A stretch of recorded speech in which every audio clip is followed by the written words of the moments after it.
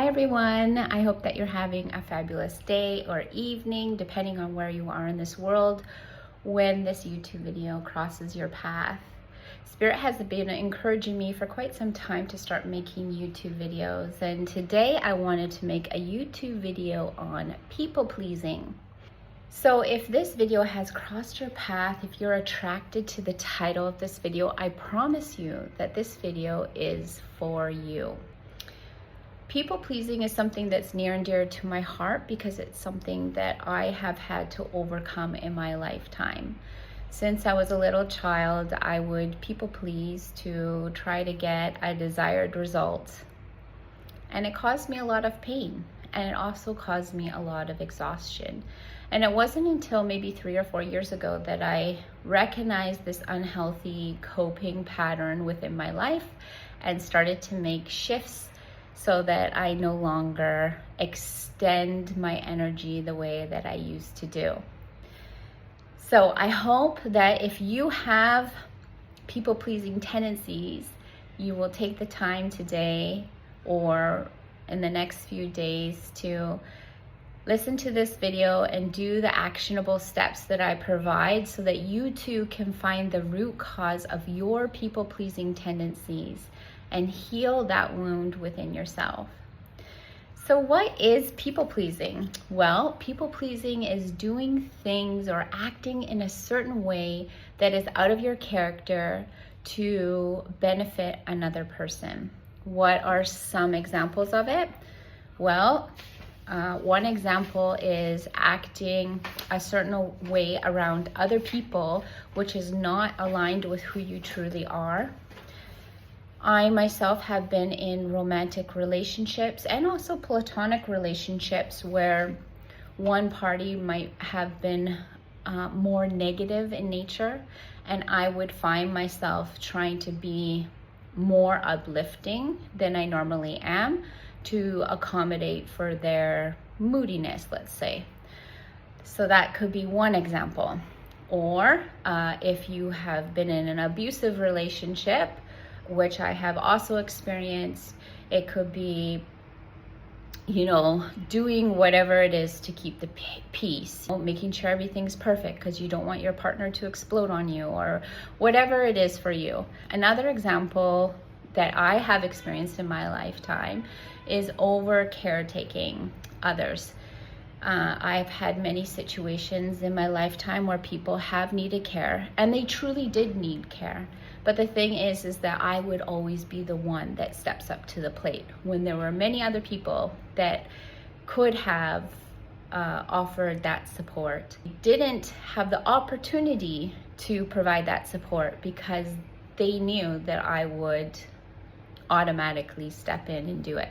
Another example that I have is, finding yourself laughing at jokes or situations that you honestly don't feel are funny.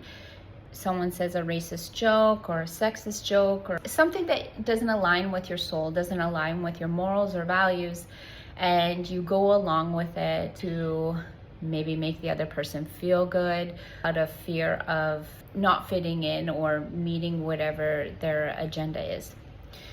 So those are some examples of what people pleasing can look like, but there's many ways that people pleasing can affect other people, and I would love to hear some of your people pleasing ideas if you want to pop them in the chat. It will help other people recognize more patterns within themselves and help them grow. I want you to know that people pleasing is not your fault. This is a pattern that you learn from childhood. For instance, I have 2 people-pleasing tendencies that I know about myself that have been put in my awareness ever since childhood. One people-pleasing tendency that I have is around men.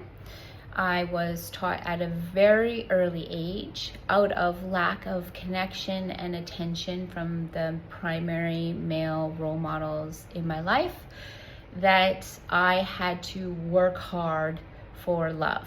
Love was given freely to other people, but not to me. And so that was a belief that I adopted ever since I was a child.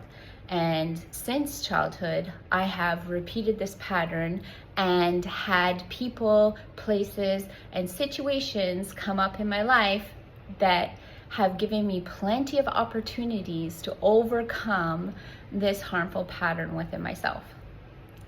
And I didn't realize that these were opportunities for growth. I saw them as painful lessons and beating my head against the wall, wondering why I could not attract somebody that would be reciprocal in nature, until I finally understood that I had a lesson to learn.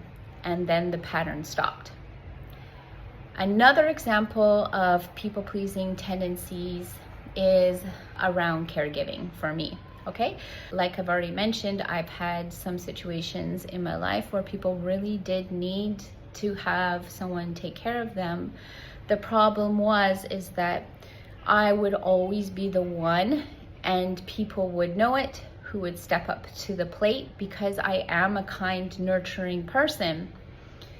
But it was to the point that it was exhausting and burning out myself. I let go of my dreams, my hopes, my desires, my ambitions. Everything went on the back burner so that I could care for other people. And this happened for many years.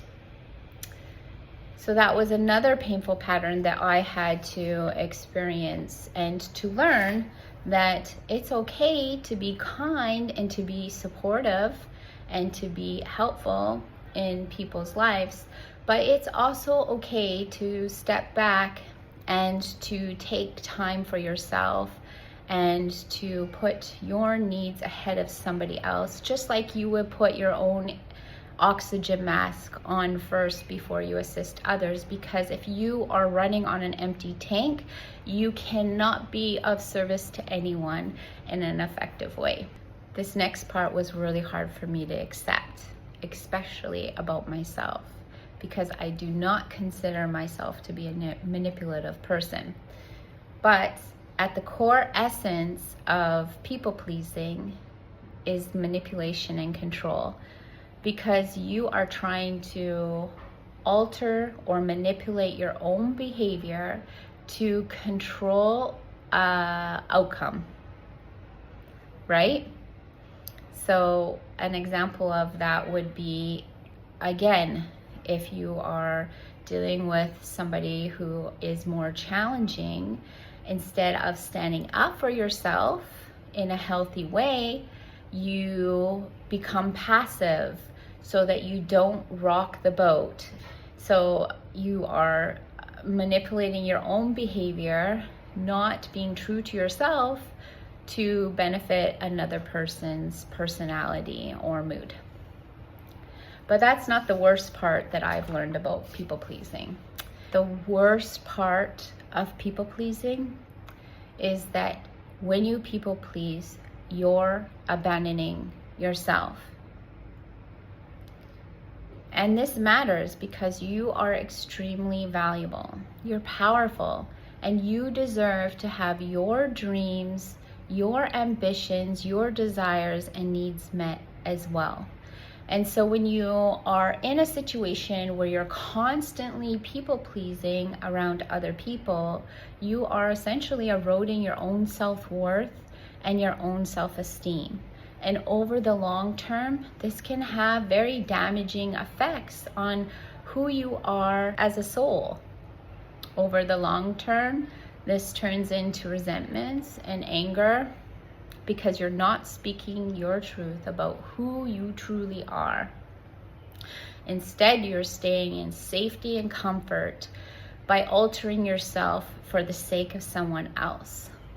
Now, don't get me wrong. There are times where you might have to change, your mood or your energy in certain situations, and that's normal. But I'm talking about consistently putting everyone else before yourself, or consistently putting up with poor behavior out of fear of causing a scene or causing drama or whatever it is. Again, I want to remind you that none of this is your fault. It's not your fault. This is something that you have learned from childhood, and most importantly, this can be fixed. I want you to take a couple minutes to show up for yourself right now and put in the comments section some of the people-pleasing tendencies that you have experienced in your lifetime. This will not only help your own growth by bringing awareness to it, but it'll also help other people watching this video identify possible people-pleasing tendencies that they have in their own life. And that's what this channel is all about, is helping each other grow. How can we overcome people-pleasing tendencies? Well, first we have to have the awareness, which is why you need to write things down to identify what patterns of people-pleasing you have had in your life. Once we have awareness, we also have to have a curiosity about why we do that. It's not what's wrong with me, it's what happened to me. Why am I behaving this way? Why is this acceptable?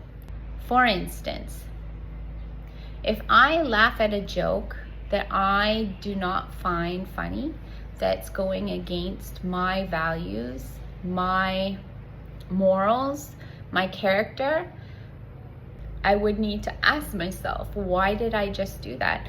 Why did I feel like I needed to abandon myself to make someone feel like they're funny? Or why did I feel like I had to act in a certain way that's against who I truly am so that that person can feel like they belong, or perhaps even I feel like I belong, or that I'm likable? Did I do that because I want another person to like me?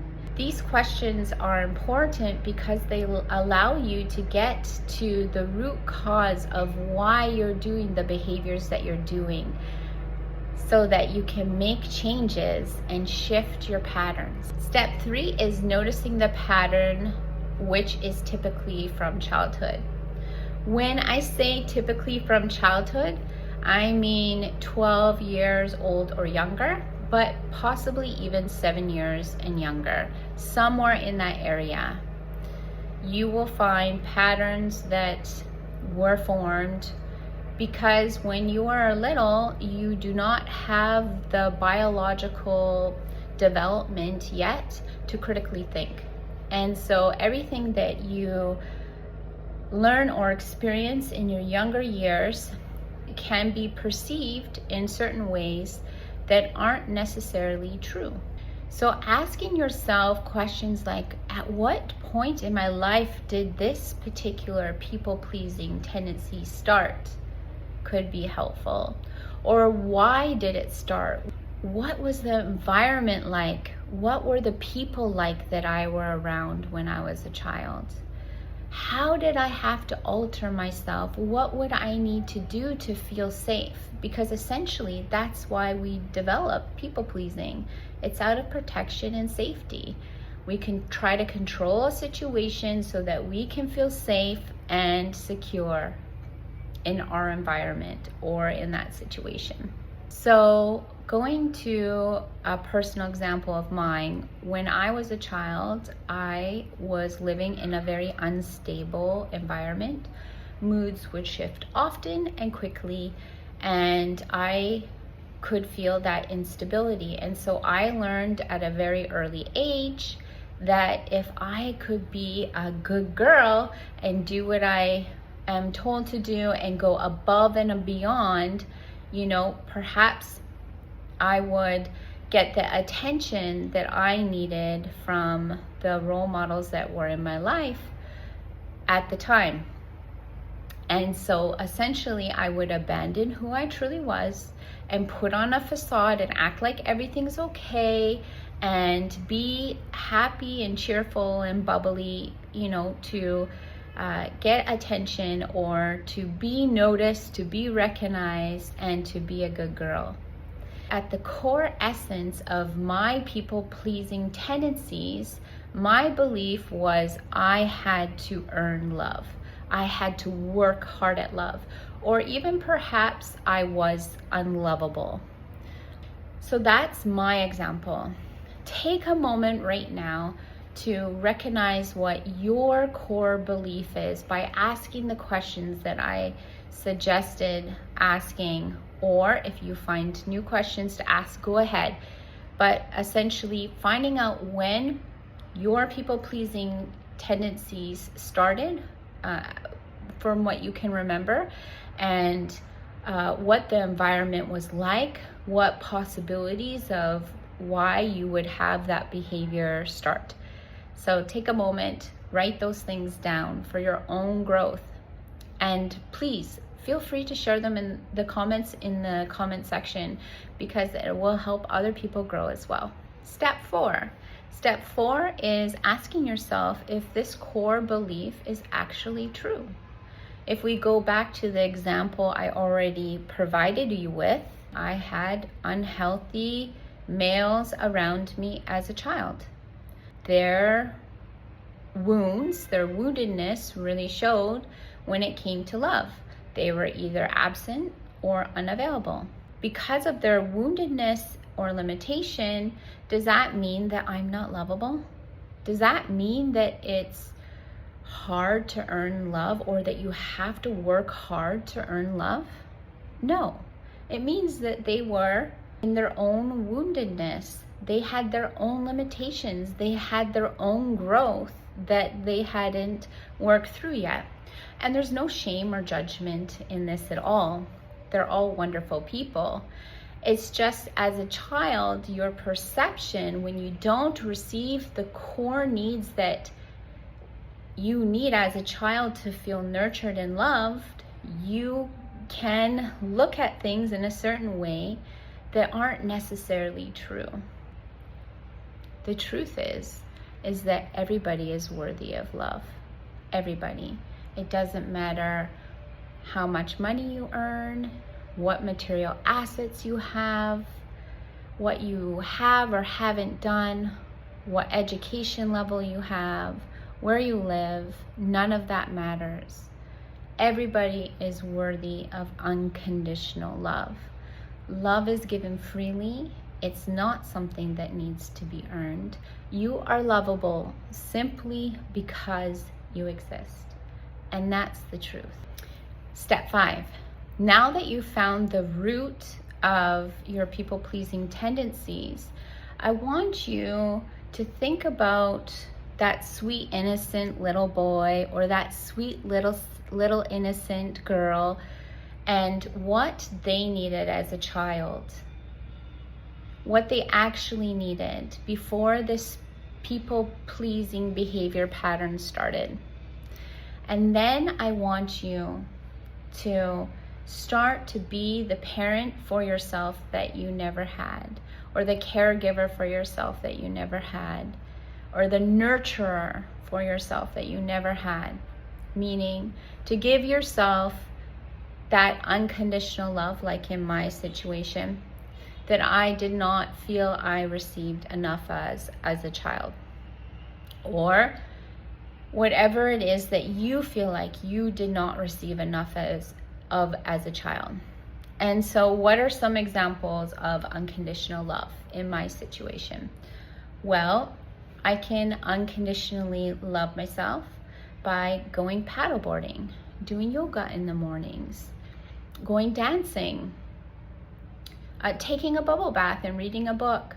Those are all nurturing activities that make me feel unconditionally loved and nurtured, because they're spoiling myself. So what are some nurturing activities that you can do so that you can fill that void within yourself, instead of expecting or trying to get outside validation? Write them down. Feel free to share these in the comments. It will help everybody grow. Another thing that I find very valuable and also extremely challenging initially is mirror work.